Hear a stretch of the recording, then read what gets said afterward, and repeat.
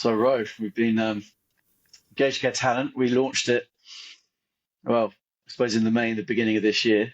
Um, it was great to get in the studio, wasn't it? It's That's awesome. just before Brilliant. Christmas. We Yeah. had some great conversations. Um, who did we, just like kind of, I know people might have watched it already, but, I think it's good to kind of a bit of a think back at who we spoke to. Um, but I think Julius was great. It's great to kind of get an economist involved in a conversation about healthcare, given the very clear connection with it. But those conversations aren't often had in Yeah. in the in in the space that we work in.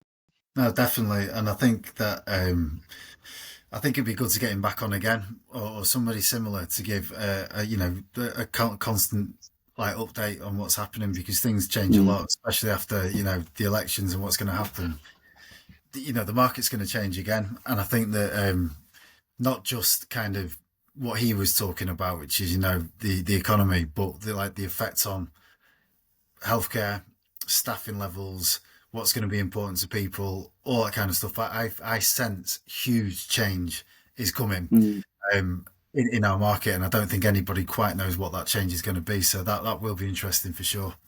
With the added mix of obviously election, that whenever someone's listening is either happened or it's about to happen.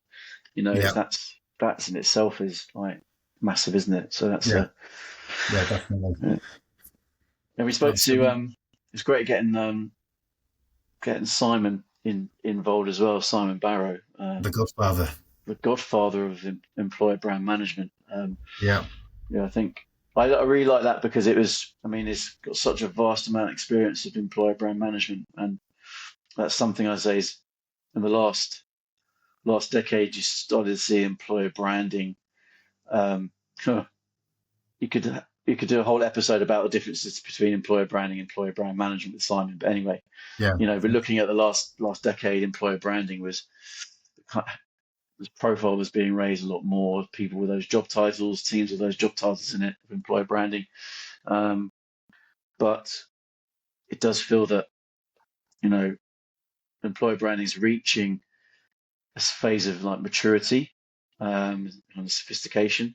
But actually, when it comes to health and social care, it's still, I suppose, in the main, a relatively underutilized concept and I suppose specialism that's being used to attract talent. Of course, it's the most important. If you're going to apply it to anything, you apply it to attracting the right talent to help keep people healthy. yeah. I think so. It's really interesting. So we've been speaking to a lot of companies and doing a lot of work in the EVP space and employer branding. Mm, And there is so much focus, and there always has been, on getting the message right to your external audience to attract more candidate applications. But, in the last, I don't know, 8 months, candidate applications haven't been the issue. And this is one of the yeah. things that I think might change in the future. Um, but getting the right applications, the right people, is a different story. I would love to get more people on this podcast who talk about how you do how you do get more of the right people who are both going to come in, do a great job, and then stick. And also associated with that is how you help people love where they work, Mm, because who wants to go to work and have a bad time? Nobody does. But I just don't think there's enough done in that space. So quite often, employer brand is always outward, and one of the biggest challenges is how do you actually launch your EVP, your employer brand, internally? Because the biggest question is does everybody feel like that? Does everybody share those promises that we're saying in our EVP? And the answer mm. is go no, not everybody. But you know what? There's things you can do about that. How do we encourage that? And I think it's a really interesting debate that people don't have the answer for always. And there's a few people that come to mind. I know that we've been talking about who else we get on the podcast on Engaged Care Talent, and a few people have had that experience of actually rolling employer branding programs out in their organisations. Yeah, So I think that definitely some good conversations there.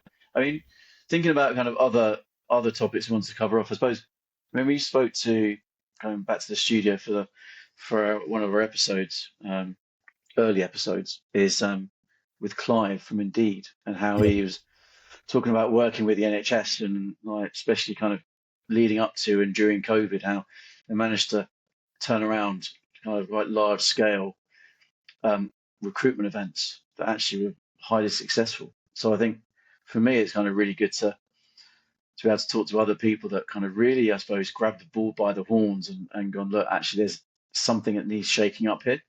Yeah. And actually, that's more achievable than I think a lot of people think.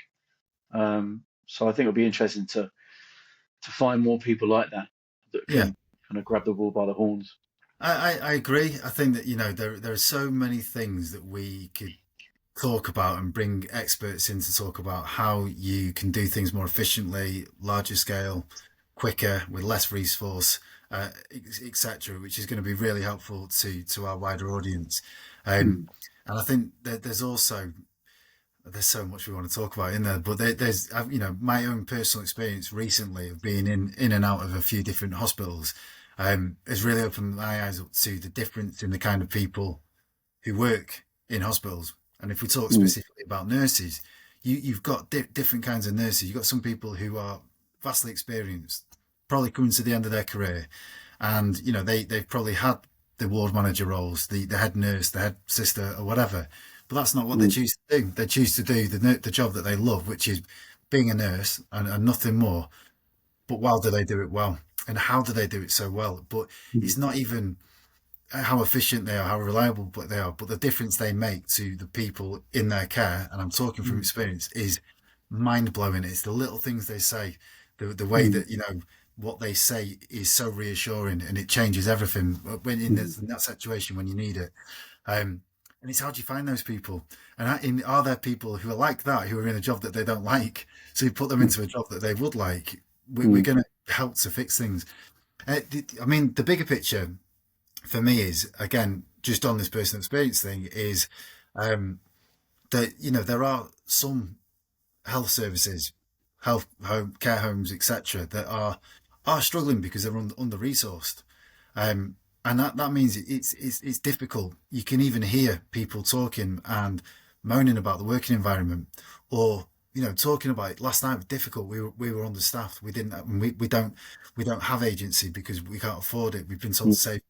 These kind of conversations that as patients you might hear if you know what they're talking about.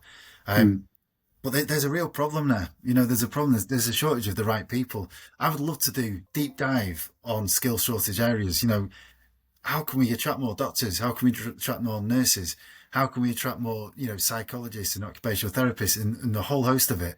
mm, It'd be really interesting to pull in some sector specialists and go, what is important to these people? How do we attract them? How do we keep them? mm. And I could go on, but I'm not going to.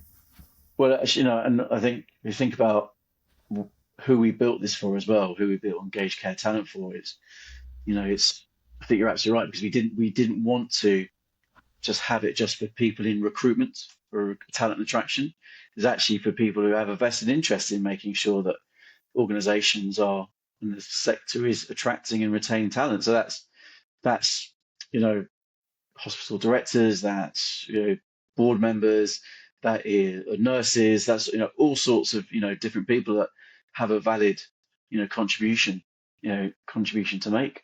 Yeah, I know, like talking recently with like occupational therapists, yeah, they have some great ideas and they've implemented some great things in their organisation, and they can bring a whole lot to kind of a more holistic view to solving problems.